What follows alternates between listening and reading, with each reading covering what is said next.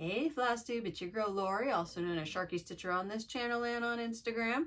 We talk about cross-stitching on this channel. It's fun. Glad to have you guys in here. Yeah, it's gonna be cool. Probably won't talk too long tonight. Got some exciting things to go over. I have a fully finished mermaid for you to feast your eyes upon, which if you're on my Instagram, you already know what I'm gonna show you, but you'll get to see her. I would say up close, but she's pretty big. There's only so far I'm going to be able to get her into the camera. So, yeah. But, yeah, she's big. So I'm probably going to talk about her first just because she's in my way right now. And I'd like to move her out of the way, because she's giving me some anxiety there. I'm always afraid of, like, smudging or cracking the glass or something like that. So I'll probably show her to you first just so I can move her out of the way. Speaking of which, we'll get into it, but she's big, so where do I hang her is quite a thing. I have teeny tiny little bit of haul to show you. I'm also going to pick up from the last video. The last video went so long because I talked so much about the stuff that I wanted to start and all the stuff that I was kitting up that my phone ran out of memory, so apologies for that. And then I was trying to edit it to where the video didn't just cut off, like there was a little explanation at the end.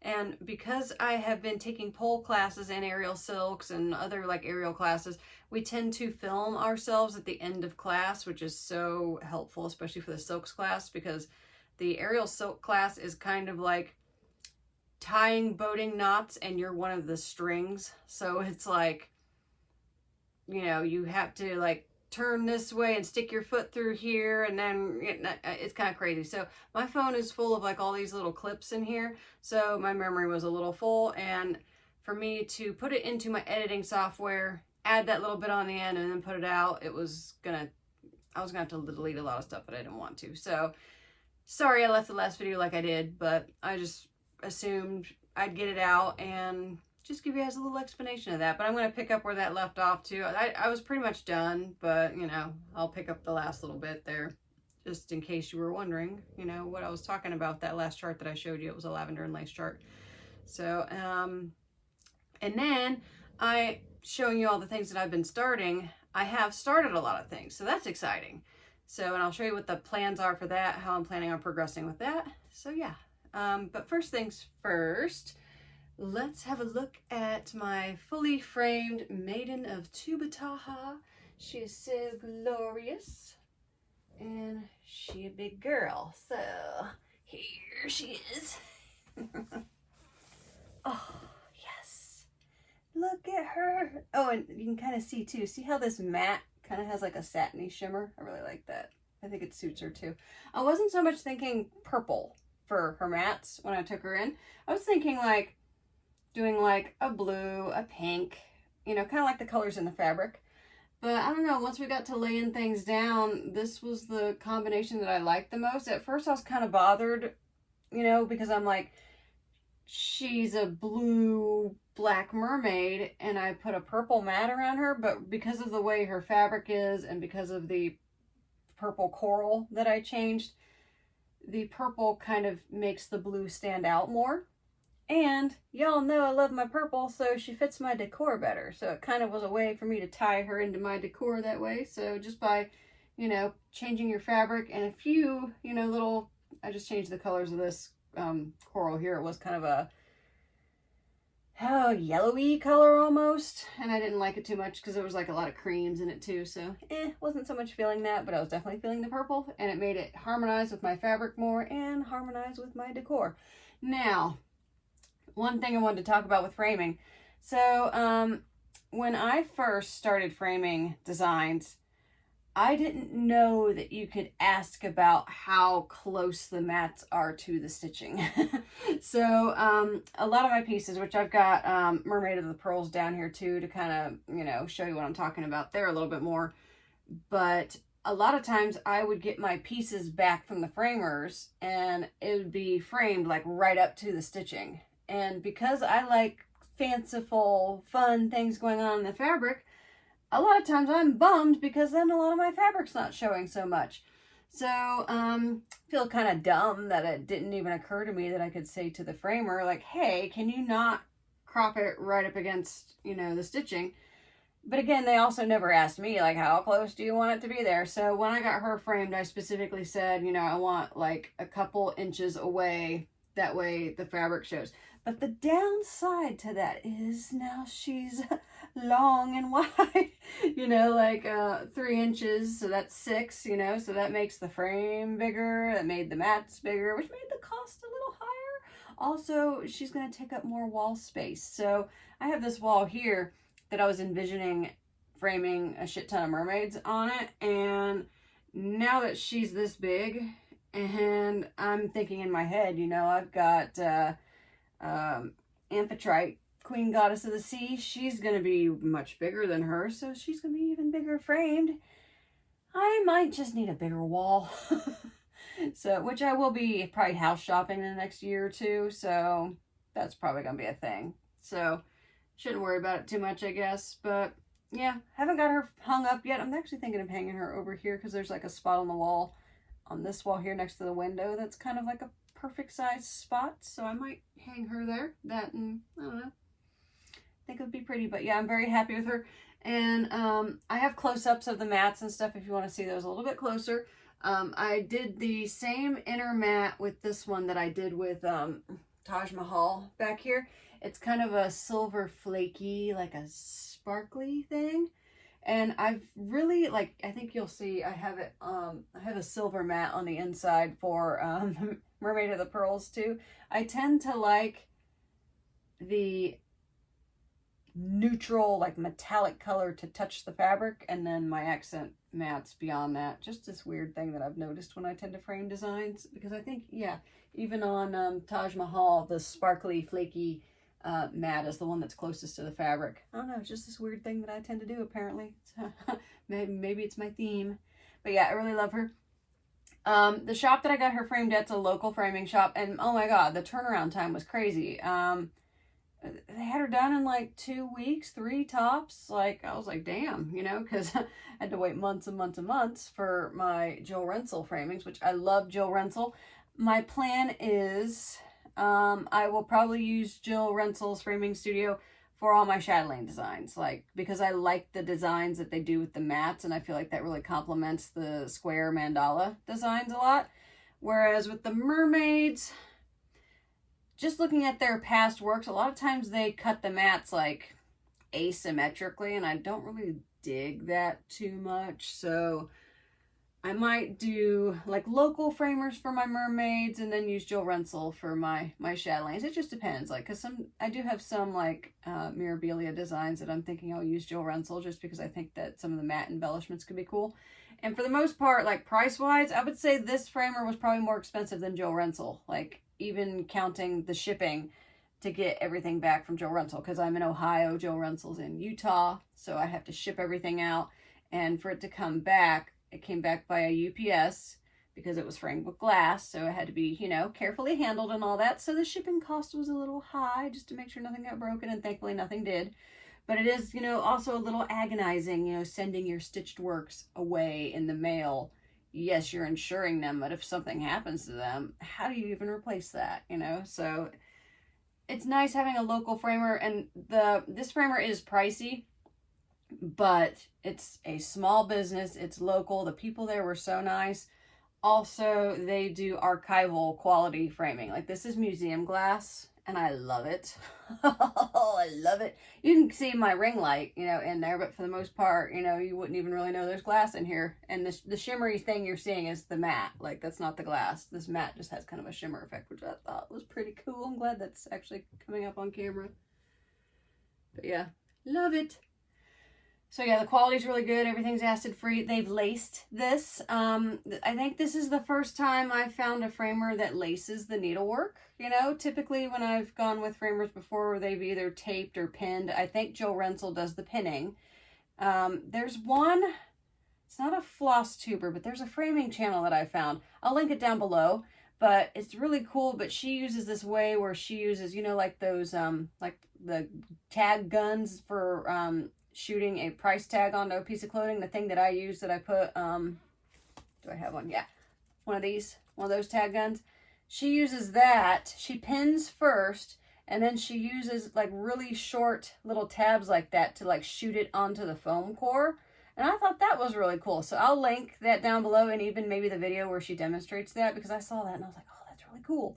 You know, because it's quicker than lacing, and it's still like, as far as longevity of stitching, for the most part, I could be mistaken. I'm not a framing expert, but I've always heard that lacing is the best because no framing is like permanent. Like when you're thinking about like hundreds of years down the road, everything's probably gonna need to be reframed, you know, because when you tighten things, it, you know, relaxes over time. So a lot of times things need reframed, you know, and remounted.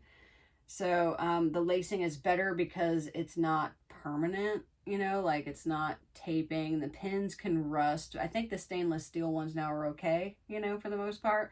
But I've always heard lacing was preferred. So this is, I think, the first piece that I've ever had laced. So, and lacing does take a little bit of extra time, you know, so, but I think that's cool. And I thought it was interesting too, because they're not like an exclusively cross-stitch framing place. They do like all kinds of things like memorabilia, sports memorabilia, paintings, things like that, like art quality, I guess you'd say. So they aren't exclusively like textile and needlework framers, but they do the lacing. So I thought that was pretty cool. But I'm happy to have her home, and she's so pretty. Yeah, so that was pretty cool. Oh, and I think I was going to tell you the story too. I'm just going to put her right here so she's not on the floor and in my way. And again, here we go. I'm wearing my pajama bottoms too, so don't mind me. Okay, so the story from me finding the framer was kind of fun because I had found a framing shop. Actually, I think I had seen it online, but I happened to like pass it when I come home from pole class for the most part. And the name kind of caught my eye. It's like House of 10,000 Picture Frames. So I had kept passing it, but it was always late at night. So I'm like, oh, I'll roll up my Made in a Tube of Taha and take it in there and kind of scope it out. Like not really planning on like leaving her and actually getting her framed. You know, like I was just thinking more of like scoping them out and maybe looking at seeing how wide their mat selection is, because I'm a bougie picky chick when it comes to mats and frames. I like to pick the things that I like, and I don't like to be like, oh, let's just do a cheap one, you know, something, I don't know, I'm bougie when it comes to framing. It's just what I like, so what can I say? But I wanted to see how wide their selection of things were. So I had brought my Made in a Tube of Taha, and there was a day where I was working, and I was getting off work early enough, and on the website, this place said that they were open till 6. And I was getting off at like, I don't know, 4:30 or something like that. And so I roll up to this place because it was not far from where I work. And the sign on the door says they close at 4. And I'm like, your website says 6. Well, crap. So I thought, well, all right, gonna have to find another day to stop by, because the way their hours are, it's like when I'm working for the most part, and they don't have weekend hours. Well, they might have one day. I worked most of the weekends though, so it was one of the things where like that, and I think they're like closed Mondays, which is one of my days off. So I was like, well, crap, I'm gonna have to find some other day when it's gonna work to come here. And then when I was driving home from that trip, was it? Yeah, I think I was driving home from that trip. I was coming up to a red light, and you know, not quite stopped, but almost stopped. And I noticed this place, and I see picture frames. Well, I also had my, let me refresh you. I had, in that bag with Made in a Tube of Taha, I had this piece that I framed. I showed it to you last time, my little Halloween window. I was shopping for a frame to throw this in, you know, so I saw they had all these picture frames up. It almost kind of looked more like a thrift store than anything. So I thought, well, I'm here. They're open. Let's just dive in there, and maybe I can at least grab, you know, like a picture frame for that. Well, and then I got to talking to these people, and they were really cool, and we really jived, and they were so nice. And so, yeah, I pulled it out, and we started, and it was so fun the way we were collaborating. I could tell they were thinking the same way I was. I remember there was one mat in particular that I thought was really cool. Like, we had pulled out a black mat, and usually when they cut mats, it's white. Well, this one, it was black, but when they cut it, it was like hot pink. And I almost picked it for her because it was, I've never seen a mat like that. the colors worked for her. I was digging it. But at the same time, when we had it with like the blues and the purples, it was giving me a really strong, like, my 90s teenage bedroom vibe. Because, like, that's the color that my bedroom was when I was a teenager. It was, like, black and teal and purple, like, very 90s type colors, you know? So, like, late 80s to early 90s kind of vibe. And that's the only thing that gave me pause. But I just thought it was cool that they could get a mat that they cut and it was pink. Like, that was just kind of different. So, but I don't know. I really jived with them. So, you know, they gave me my quote and I was like, whew, like, she's the most expensive frame piece I have now. You know, just saying. But because I jived with them and they could get it done so quick and I really was liking how it was looking, I was just like, yeah, okay, sure. You know, because at the end of the day, like, we spend so long stitching these designs that it's like, I like knowing that they're preserved in some way. At least, you know, my mermaids, my chatelaines, you know, the pieces that you really care about, you know, the little smaller things like that, like I can frame those myself and not worry too much about them. But anyways, going back to mats, like, this is Mermaid of the Pearls. This is not, this is just plain regular glass. So, you know, it reflects a little bit. You still can see the beads pretty good through it. So I'm not too bothered by it. But I got this framed by, there was a gal that, she had it was a local LNS for me, and she did framing. And she's who I used to always take my framing needs to. But, and it was funny. I was going to do this whole video on like framing because she was always very cheap. Like, I think this cost me like $200, you know, which I've heard people taking things to Michael's about the same size and it costing them $400, like with discounts and stuff. So I don't know, but it got me to thinking, like, a lot of times when it comes to small businesses, we either demand discounts or expect things to be cheap when really they shouldn't be when it's a small business. Like, the chains are the ones that should be cheap, you know, like they're the ones that are getting everything wholesale and at a discount, and, you know, so I don't know. But I'd like to have a video at some point talking about like framing and stuff like that. I'm bougie when it comes to framing. You can do it a lot cheaper if that's your jam. I mean, I didn't mind with my Halloween window kind of doing it myself, you know, on the cheap and stuff. But when it comes to like my big mermaids, like I like to spoil them a little bit. So, but when I got her framed, I remember I was slightly bothered. Like, I didn't like how close this is framed to her because I kind of wanted the fabric to show a little bit. I mean, I think it's fine at the end of the day, and it gets the job done. I'm happy with how this is framed. But yeah, I remember when I got her back, I'm like, you know, could you have maybe given her like another inch right over here? Maybe it wouldn't have looked right though. Like, maybe it would have made her look, because she is like at an angle at the end of the day. This is one that I see like Jill Runsell, like when she frames it, a lot of times she curves the mats, which I don't like that vibe. Like, the asymmetry of it bugs me. Typically, I like asymmetry, but in those cases, I'm like, not for a frame. Just because then you have all this extra matte stuff here. And I mean, I think when they embellish that, it kind of helps a little bit. But I don't know, something about that bugs me. But, so yeah, if you're framing stuff, make sure you point out how much space that you want between the fabric and the stitching. But keep in mind, the more space you have, the more space it's going to take up on your wall. Because, like, she's pretty, you know, portable for the most part. I could hang like, I don't know, 10 of these on this wall here, but could only probably hang 3 or 4 of Maiden of Tubataha just because of how big she ended up getting. So, something to keep in mind. So, put her somewhere where she's not going to get bumped into. There we go. All right, so that was the big kind of thing for the video there, which if you follow my Instagram, you kind of already, you know, had taken a peek at her. So, but yeah, she's home now. I'm happy about it. And yeah, now I need to get her hung up on the wall. I also need to move some stuff around here because I have so much stuff that's just kind of haphazard. And yes, Taj Mahal is still hanging out in here because I haven't hung that up yet, but I'm also just really kind of enjoying looking at it because I like looking at my Taj Mahal. So anyways, I'm going to pick back up with where the last video cut off. So I was showing you this chart that I had gotten. It was a lavender and lace enchanted alphabet. I don't think the designs from this designer are like expressly discontinued, but some of them are hard to find, and this one is kind of one of them.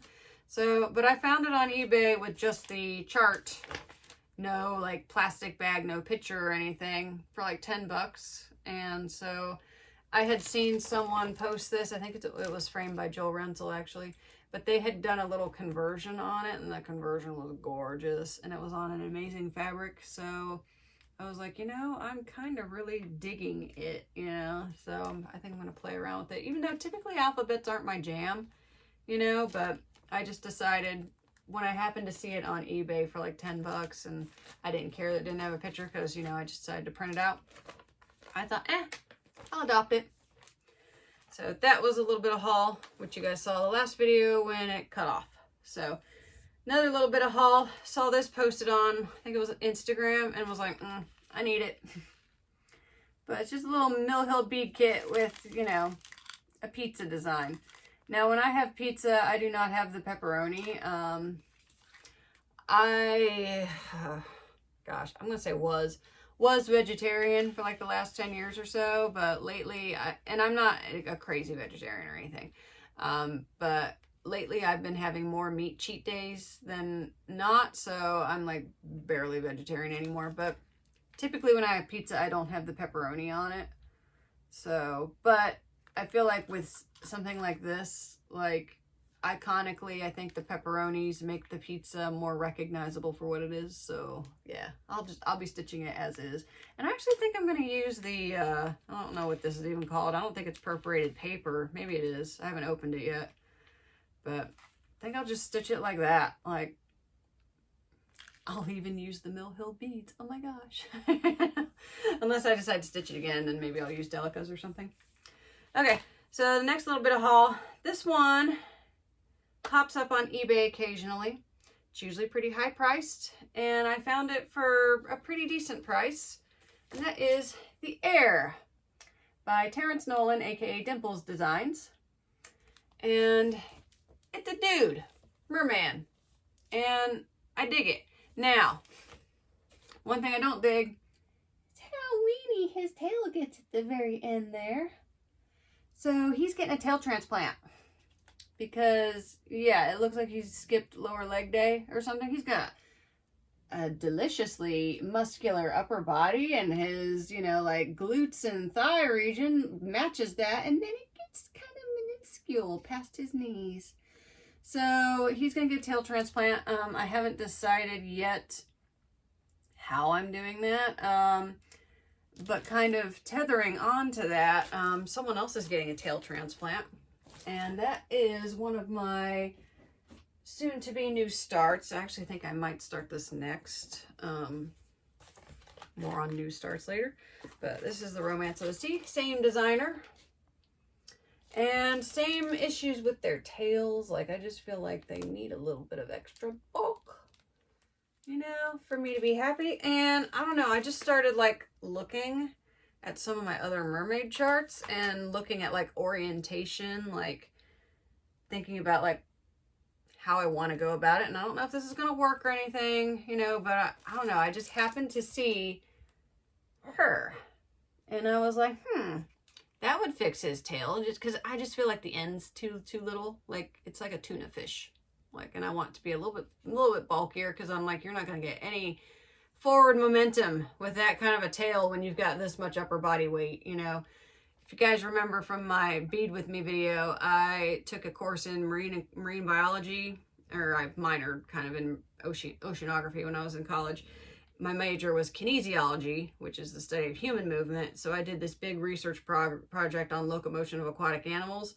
And I went into a lot of like fin shapes, you know, for like certain environments, you know, and this is bugging me, my nerd side of my brain. And like, he's not going to get any forward propulsion with that. So I decided I think I'm going to give him that tail. But then I started looking at her tail. Her tail's kind of wimpy too. And then watch what I did. I was like, So what I've done is I've printed out her tail, just this lower fluke portion. And I'm thinking I'm going to transfix it on here, and I'm going to change it to the colors that he's got. And then I have rotated it to where it flips, it mirrors this side for her. So I don't know if it's going to work. It might be a complete bloodbath disaster, but I'm going to try it. We'll see what happens, you know? And one thing I like about this tail is it's pretty simple color-wise, and these tails are pretty simple color-wise. What first caught my eye too is her tail was yellow and her tail's yellow, so that's when I made the first connection. So, but we're going to see if that works. I do think if I change her fluke, there's this little stingray behind her, which I don't know if you can see. He's got a cute little smile on his face. So I'm worried I might have to move him. But the way this chart is, like, this stingray, these two stingrays, and this stingray are over 1. This one is over 2. So the way this designer has charted things, the over 1 stingrays are on a separate chart, and then there's like an X for where you place them. So I can just maybe slide him out a little bit. So I think it'll be okay. But, oh, also with this design, I wanted to change him from a yellow blonde to a ginger. So I went redhead floss shopping, and I like how it looks with the colors, so I think I'm actually going to do that for him. So there's a lot of converting going on with this design, but I think when I start this design, which I'll get more into like my new start goals in a little bit, but I am just going to make my goal to start. I usually like to start in the center, so I'm going to start near the booty region and at least get like this area done. So I won't have to worry about any converting then, because I'm not going to be hitting the fluke portions, and I'm not going to be hitting his hair probably. So I'll worry about that when I come to it, but that'll be a good spot to get started. But yeah, there's lots of conversions going on with this one. I know there's computer programs that I can get that would help me convert, and it would make it so much easier. But I'm old-fashioned and I'm not in the mood, so I just printed this out, copied it, and I'm just going to wing it for the most part. Like, we'll see what happens. We'll see what happens. Okay, I think that's it for haul. Well, actually, no, I've got a little bundle of Krennic Metallic. There was another Krennic Metallic that got discontinued, and this, let me see, number 027L. It is a holographic orange. This is the, this is a braid, number 4 braid. So I decided I liked this and I needed some. And also I needed some silver for, I think, Fairy Moon. And then I needed, I didn't need this. This is the color that I'm throwing in on Temptress of the Cursed Sea. And I liked it so much that I decided I wanted to add another one to stash since I'm using that one in her. This was a purple holographic blending filament that I just thought was pretty. And this is, I don't know, this one was like an interesting blending filament. Like, usually with blending filament, there's like another thread with it, but this one there wasn't. So I just thought, that looks cool. So I got it. I do hate these thicker spools. Like, they just don't store as well, but I think that's what Krennic is using now. So, but yeah, I mainly bought this. Well, actually, I think I had these in my cart, and it was one of them things where I was like, oh, you don't really need that. But then when I found out this was getting discontinued, and I bought this off an Etsy seller. Like, I went on to 123 Stitch when I found out this color was being discontinued, and they didn't have the number 4 braid. They only had like number 8 and like the blending filament, I think, which is the same number. So, but I scored me one because I thought it was pretty, and it was one of the things, if I run into a chart that calls for it, I wanted to have it. So yeah, whenever they tend to announce that they're discontinuing a color, I kind of like to grab some. If it's a color I like. If it's a color that I'm like, I don't really see myself using that one, then I don't worry about it too much. Okay, so now let's get into my new starts. So kind of the low-key goal I have, because I'm wanting to start like a lot of things. Like, that's like my thing for this year. My goal is to increase my number of whips. I've got a hair or something. There we go. Finally got it. Sorry, you guys are probably wondering why I was petting my face, because I had a hair that was stuck to me. So, but my goal is I want to increase all my whips because I have so many things that are kitted up and are just ready to go, and I just want to get them started. You know, that, and I realized I've got 2 designs. I mean, I just finished Maiden of Tubataha. I've got 2 other designs that are really close to being finished, and a few others that probably won't take too much time once I start getting on them. And so I realized if I am going to space out my work, I kind of want to make it to where I almost always have something near done. That way, if I need a finish, I can just jump on something and get it finished. And I don't want to, a lot of the stuff that I've started, I start it and I like get it halfway done before I move off on it. And that's not really how I like to work. Like, I like doing rotations. I like keeping it fresh. I don't like working on one project forever, you know. I sat on Made in a Tubataha a little bit longer just because I wanted to get a mermaid finished. That was like a goal. So, but now the goal is get all this kitted up stuff started, you know, so I can synchronize my rotations a little bit more. And so my goal right now is to kind of start 2 things a month. So the first thing I started in January, this one right here, was Queen Mariposa, which I think I showed you guys last video. And this is on Starburst by Fiberlicious Yummy Fibers, and I love it. And I think she's looking pretty cool. So yeah, that's that piece. That was my first start in, I think I started it like January 1st or something, like right after New Year. So that was my first start, and I worked on her for a fair bit. I worked on her a little longer than I wanted to, just because I was having fun. And I do still feel that itch like I'd like to work on her, but I feel like when I still have that itch, that means I'll come back to her sooner. If I stitch on something till I'm tired of it, then I don't stitch on it again for a little while. So that was the first thing. And then this one I started next, and I did get this started in January. So I got 2 started in January, but I had been working on, again, I was having fun on this one and I didn't want to rotate off of her. This is Tala, Deity of the Stars by Bella Filipina. Just featured her on my Instagram not too long ago. I love this fabric. She's a lot bigger than I thought she was. Like, I had thought that I could cut a fat half into a quarter and that would be enough, but no, she's too long. So I ended up just having to kind of trim the fat half that I had. So I ended up getting some weird shaped pieces, which like this one here. But I'm like, it's really pretty. So I'm kind of thinking of maybe stitching Sun Dragon or like Teresa Winchler's Stretch, maybe like a conversion or something on it. You know, something simple like that. I do think the Teresa Winchler's Sun Dragon would fit on this because I have a couple color conversions that I want to do for that one. But I have this little piece, and then I also have this piece here, which I could do that as well, you know, and I could chop this into like a couple ornament sizes, or I could give a couple pieces away in a giveaway, which that's might be a thing that happens. So, but yeah, this is Tala, Deity of the Stars, and I'm loving how she's looking. And she stitches up pretty quick for the most part, at least she has been, but I do have a lot further to go on her. But yeah, and if you can see, obviously I started on her dress in the middle. I did get started on her hair, and at first I thought I was gonna finish the hair before I moved on, but then it kind of got to a point where I was like, okay, we're getting pretty deep into February. I need to get a February start if I'm gonna do 2 starts in February.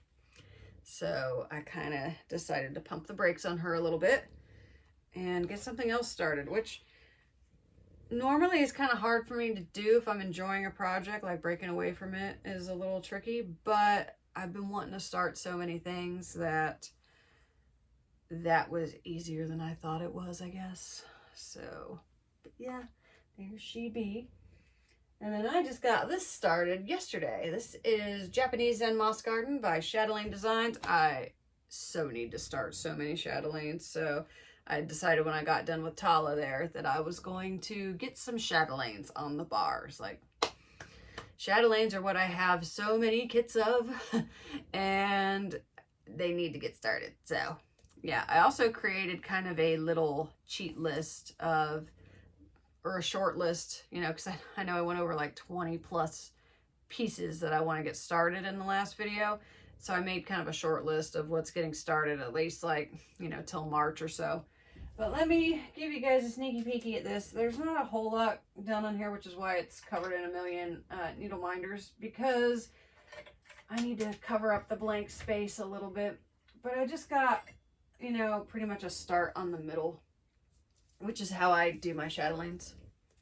I'm just going to put this here to cover up the chart. You can't see much of it anyways, but just, yeah, just to be proper. But yeah, started this yesterday. So this is how much I've gotten done, which, you know, I'm kind of pleased with this. It's just the framework of the central portion. And I will say, here's what this is going to look like fully stitched. So basically what I've gotten done is this little bit right here without the beading and the specialty stitches. And I'm like, you're going to be bigger than I thought you were, to the point where I actually got my measuring tape out and I rechecked to make sure that I didn't screw up when I measured the dimensions. This is a 30 inch scroll rod, by the way, so, and it's, you know, wall to wall on here, so this is a 30 by 30 piece of fabric, and it needs to be 29, so she's fine. But I think with this piece, part of the problem, not problem, but just what's happening, this piece is 28 count, which I typically order for my chatelaines because a lot of times the beads are really dense in the middle and I like my beads to have enough breathing room. This one, I could have gotten away with it though. And I think this piece of fabric is Parkland by Silkweaver, who I don't buy from anymore. But because it's kind of a subtle over dye, I feel like it didn't shrink very much, especially after working on Tala. Like, is this a 28 count? This is either a 28 count that has shrunk or it's 32 count, because when I started stitching on this, I feel like my squares are huge. So this one either just didn't shrink much, you know, or that's a 32 count. Either could be possible, I guess. But I am really enjoying this design. Like, after stitching these two, I was in the mood for some geometric, and typically the middle parts of the mandalas do get a little bit geometric. So it makes the counting easy, especially once you get like a frame going, then you can kind of go all over. I do have one more color of cross stitch to do in this little middle bit. Then I'm going to throw down some specialty stitches, and I haven't decided yet if I'm putting the crystals down yet. There are a few fun crystals here in the middle. I think, let me show you. Let me put this away so I can show this to you properly, just so I can show you my plan of attack.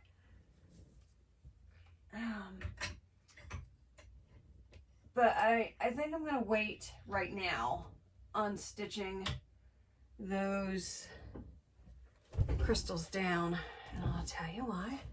So I've got this bit started, and then the next bit is right here.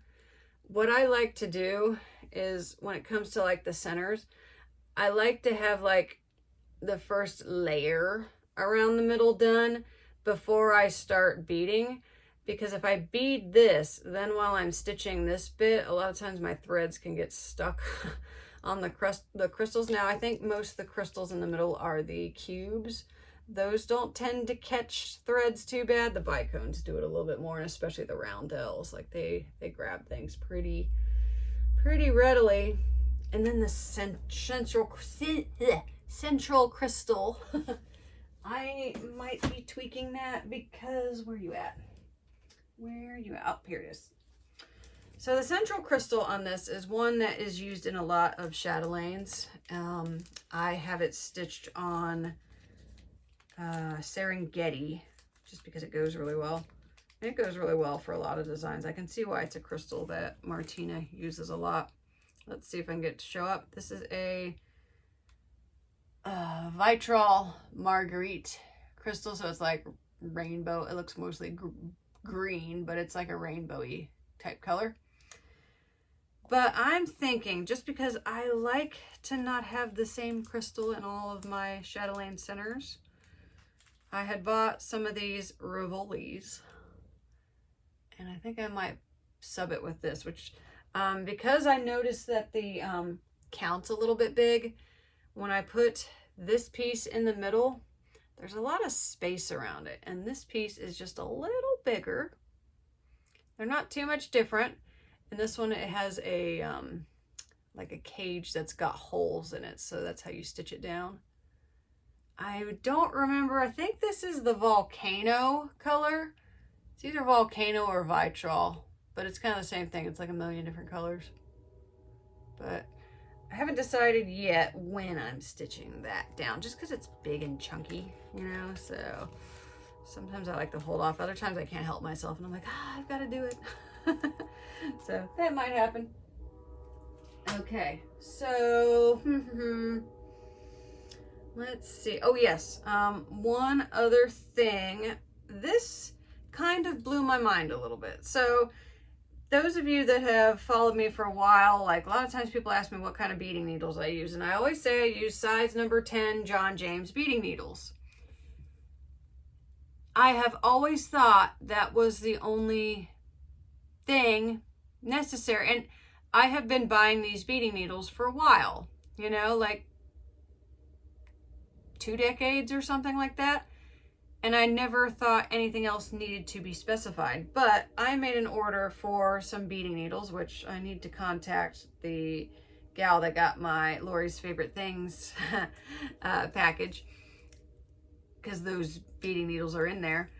But so I had ordered, you know, John James size 10 beading needles for when I had created that package for the giveaway.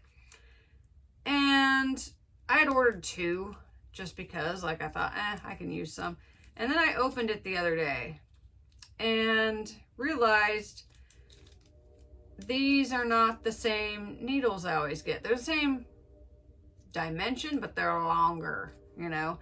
So the ones that I received are like this, which is really long. And the ones that I'm used to getting are about half the size of this. They're like a regular stitching needle.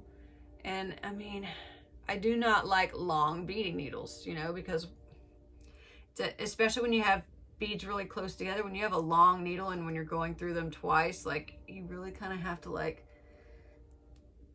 wheedle your way into them. And when they bend so much, and also when they're this long, you have to end your thread sooner, you know, because otherwise you have to rethread it. You know, I don't know, it's just annoying. And so I was like, what the hell? Like, did they change? I was freaked out for a minute because I thought, did John James change their beading needles? But then I noticed when I pulled out one of my older packages, the difference is this number here. So the super long ones say L4320. And the ones I like are L4310. So I had to do this mad search on, can't remember if it was eBay or Etsy, one of those websites, because they don't sell these, well, they don't sell them in the packs of 25s on 1, 2, 3 stitch. So I got on eBay or something, found a listing that's just specifically said L4310 for my nice short size beading needles, and I bought a bunch of them because I don't know what's going on with that. I might do some research. Gosh, I can't talk tonight. Do some research, and I'll post down in the description if I find out any information, like did these get discontinued? Are these the new thing? Because I have never paid attention to that number with beading needles before. And so I thought I would share that in case you're like, oh, I'm going to buy those needles Lori said she likes, and you get these long ones, and you're like, why does she like these? Look for the 310s. They're the nice short one. These ones are the long ones, which I don't know. I could have sent these back, I guess, but I don't know. They're not that expensive at the end of the day, and I just couldn't be bothered with it. I'm the worst person when it comes to like doing returns and stuff. I'm like, is it worth my time? And for that, I don't think it is. But so yeah, I just thought I'd update you guys on that. Just so you know, because I felt kind of dumb. Like, why did it take me this long to realize like that's a thing? But again, like I said, maybe it's a new thing. I don't know. If I find any information about that, I'll post it down below. But so yeah.